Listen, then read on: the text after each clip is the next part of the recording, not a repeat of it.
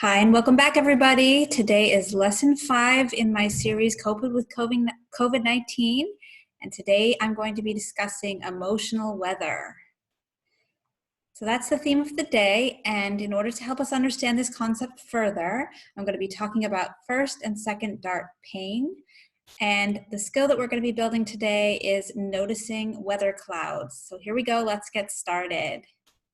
So let's take a moment to check in. Where are you on the autonomic ladder? If you remember, we've talked about this in the past few videos. If you haven't seen them, I encourage you to go back and have a look, and so you can keep up with what's happening in these classes, so you can understand your body a little bit better. So where are you on the ladder right now? Are you at the top, feeling safe and connected and social? Are you somewhere in the middle where you feel a bit anxious and mobilized in that fight or flight response? Or are you down at the bottom, feeling a bit numb and collapsed and a bit shut down? So take a moment to notice and name what you're experiencing, the thoughts, sensations, and the feelings and urges that go with this state of mind. Just take a moment to do that.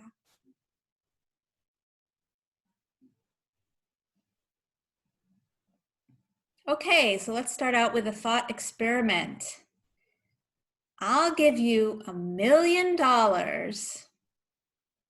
if you can stop your heart from beating with your mind. See if you can do it. See if you can stop your heart just by thinking about it. Are you able to do it? I didn't think so. Now, remember last time we talked about thoughts, how they're outside of your control? Now we're talking about sensations, and you notice that you can't change your body sensations through your mind or through anything that you try to do, other than, for example, if you were to run around in circles and jump up and down. Then you can increase your heart rate, but you actually can't stop your heart from beating. You can't avoid or push away sensations that are in the body. That's something that's just outside of your control. Okay, so we're going to continue. I'm going to give you $1 million this time if you can fall in love with this elephant. And I don't just mean love the elephant. I mean, I want you to fall in love. This elephant is now your romantic partner. You're going to share your life with this elephant, and you're going to do everything in your power to be in love in the truest form with this elephant. Can you do it? Nope, can't do this either. No matter how hard you try, you can't force yourself to fall in love with an elephant. So, this is an example of how our feelings or our emotions are also outside of our control. So you notice we have 3 things here that are all outside of your control, and that leaves us with behavior. So let's focus on this metaphor. Emotions are like the weather. It changes without our consent. It turns cloudy, and sometimes it rains, or even storms. And it doesn't care if it ruins our plans. The weather can change, can come and go without bothering with what's happening in our lives at all.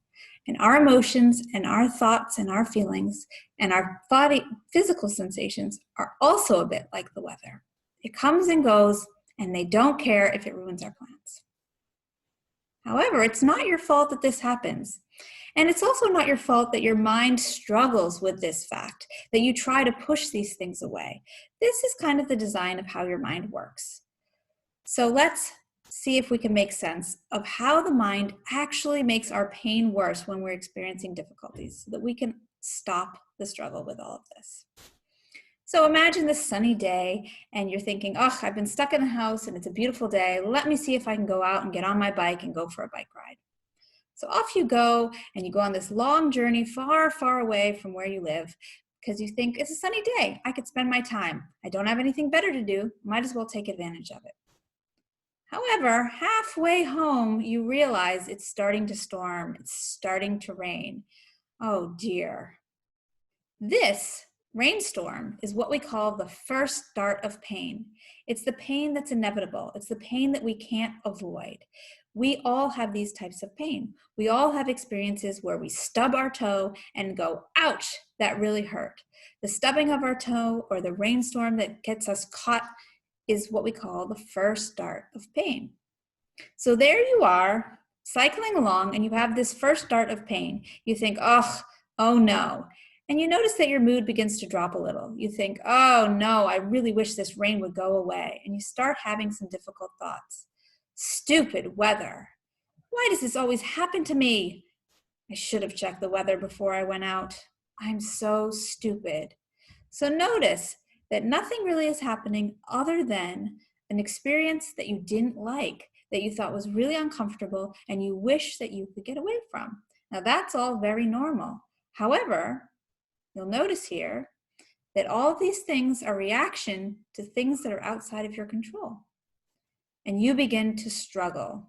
And the struggle with what is actually happening is what we call the second dart of pain. That is what we can avoid. We can learn new strategies to stop the struggle with this first dart pain. So all of the pain we experience on that bike ride on the way home is caused by the second dart. It's not actually caused by the first dart. Yes, it can be raining and it can be storming, but how we respond to that is where we begin to struggle. But remember, this is not your fault. This is the way that your mind is designed. Your mind is actually trying to solve your problems by thinking. So let's think back to that thought train from the last video. Your mind is trying to solve the problems via thinking. Your mind is saying, if I could just get rid of these feelings, or I could just get rid of this rain, or I could just get rid of this body sensation, then I'd be okay. So your mind is using a strategy that is very useful for humans. Think about it. Thinking isn't really a bad thing. We really, really need it in order to solve problems. So thinking usually helps us solve all sorts of problems. In fact, it's also what helps us be able to build trains and planes and automobiles and all the amazing things that we've learned how to do by using our minds and learning and thinking from what we can do and how we can solve these things. So your mind is on the right track. It is doing what it normally does. It's just trying to think its way out of a problem. However, this is not very good at fixing emotions. We can't really think our way out of the body sensations or the things that we experience in our external world, the things that happen to us. So emotions, like the weather, don't need fixing. Storms can't be stopped by thinking, and emotions can't be stopped by thinking. However, the good news is the weather always changes, and our emotions and our thoughts and feelings and body sensations are always changing too. So let's get back to that thought experiment. Remember how we talked about you can't control falling in love. However, I bet you could do this one. I'll give you $1 million if you can be kind to this elephant. Are you able to do it? So we can't control the weather outside of our control. We can control our behavior, our response. That's inside of our control. So let's give examples of how we can do that. On a hot sunny day, you can't control that it's hot and sunny, but you can control yourself and help yourself prevent yourself from getting burned by putting on sunscreen. You can also bring an umbrella if it's raining and stormy, or put on a warm jacket if there's a snowstorm. So we can stop the struggle by focusing on our behavior, the thing that we have in our control. Focus here, and then by doing so, you will stop struggling with the other things that you have very little control over. Here's one of my absolute favorite quotes by Carl Rogers. People are just as wonderful as sunsets if you let them be. When I look at a sunset, I don't find myself saying, soften the orange a bit on the right-hand corner. I don't try to control a sunset. I watch it with awe as it unfolds. So we can do that with our emotions and our body sensations and our thoughts. We can learn how to watch all of these things happening with us as they all unfold. Now, I've put a reminder in here, this is for myself, so I don't forget to tell all of you that what I've just introduced is also explained brilliantly through a couple of videos that are developed by Russ Harris. So I've mentioned Russ Harris before. He is one of the leaders in the ACT movement, and he has developed a few videos that are excellent, and I've put them in the description box in this video. So if you look at the description box, you will find information about where to find these 2 YouTube videos that I'm going to post. So make sure that you check those out. And now what I'd like to do is I'd like to shift gears and go into our exercise. Today we're going to be practicing noticing clouds, and we're going to use the ACE model that we've been using in all the other videos to acknowledge what's happening in the environment. What are my thoughts, feelings, and body sensations? To come back into the body, to make sure that you're grounded. You push your feet on the ground, put your hands together, and then engage with what we're going to be doing. And what we're going to be doing is noticing the thoughts that go through our mind and the physical sensation, and seeing if we can notice these things by placing them on a cloud in our mind. So we're going to visualize that each thought that pops up, that we can place it on a cloud and let the cloud kind of pass by. So we're going to be practicing not trying to struggle with what is actually happening, but opening up to it. So giving space for it, opening up and engaging with what's happening in the moment. And this exercise is really helpful if you're having lots of thoughts that are coming through the mind and it's just churning away, that you can kind of sit back and observe. So let's get started. I'll invite you now to close your eyes. Find a comfortable position, whether you're lying down in bed or sitting upright in a chair. And we're going to start this exercise with the bell, and we're going to finish the exercise with the bell, and that's actually going to transition us into our compassion exercise. So we're combining that in this one exercise. So here we go.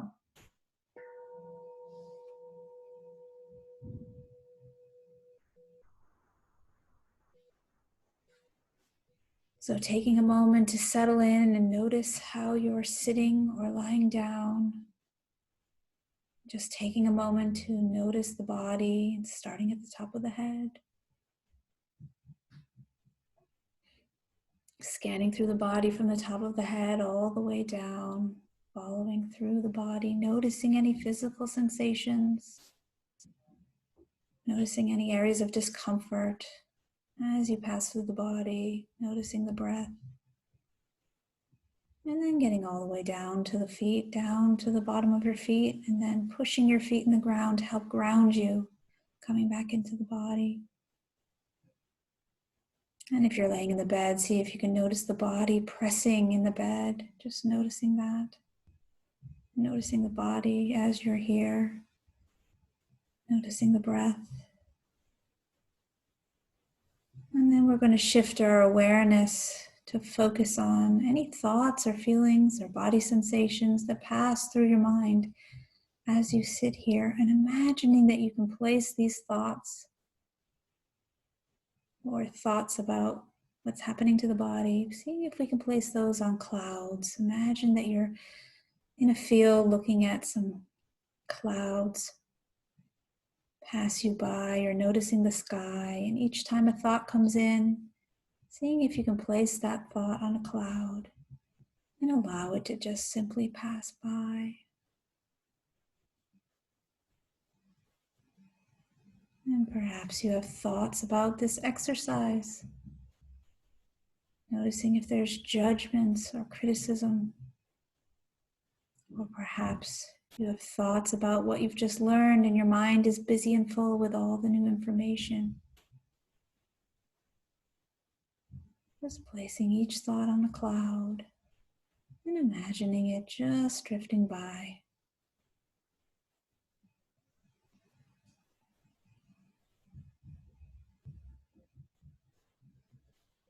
And notice if you become distracted with sounds or body sensations. Seeing if you can notice this and acknowledge it, and then gently come back to noticing the thoughts, placing them on a cloud, allowing them to just pass on by. Noticing if the clouds are sticky, if they stay around for a while. Seeing if you can just allow them to stay around without needing to do anything with the thoughts, without needing to push them away or oppress them or change them in any way, but simply just observing that they're sticky, that the clouds are kind of stuck in the sky and they're not going anywhere.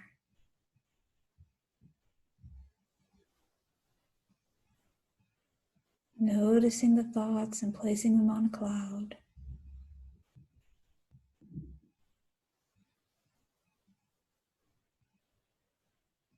Noticing if the mind is struggling with its exercise, finding it difficult, or having the feeling that you're doing it wrong. And just place those thoughts on a cloud and allow them to pass by at their own speed without having to do anything at all, simply placing them on a cloud.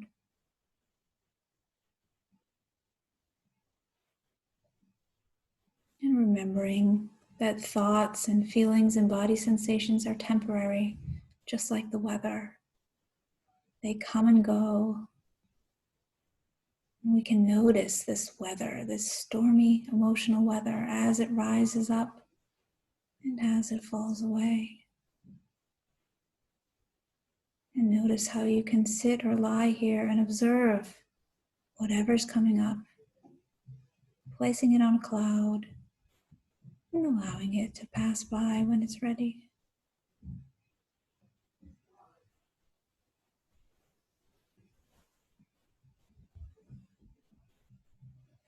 In a moment, you'll hear the sound of the bell, and that will transition us to our compassion exercise. So just taking a moment to listen to the bell as we transition.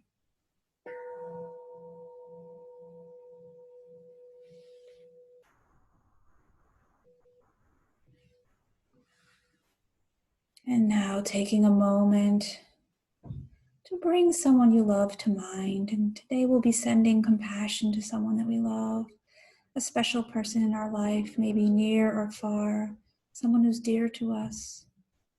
Seeing if you can bring this person to mind as if you're looking at them, picture of them, a snapshot in your mind.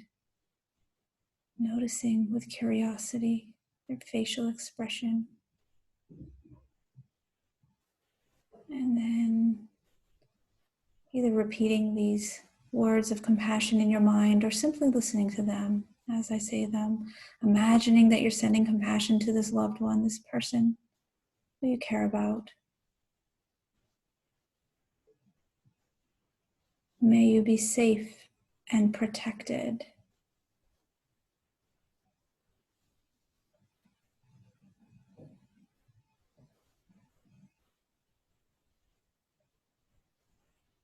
May you be healthy and strong.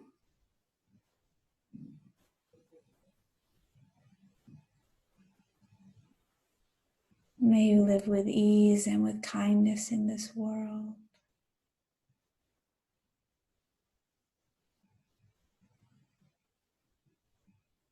And taking a moment to notice what this experience is like. And then in a moment, you'll hear the sound of the bell and seeing if you can stay with the sound till you no longer hear it. And then when you're ready, you may open your eyes.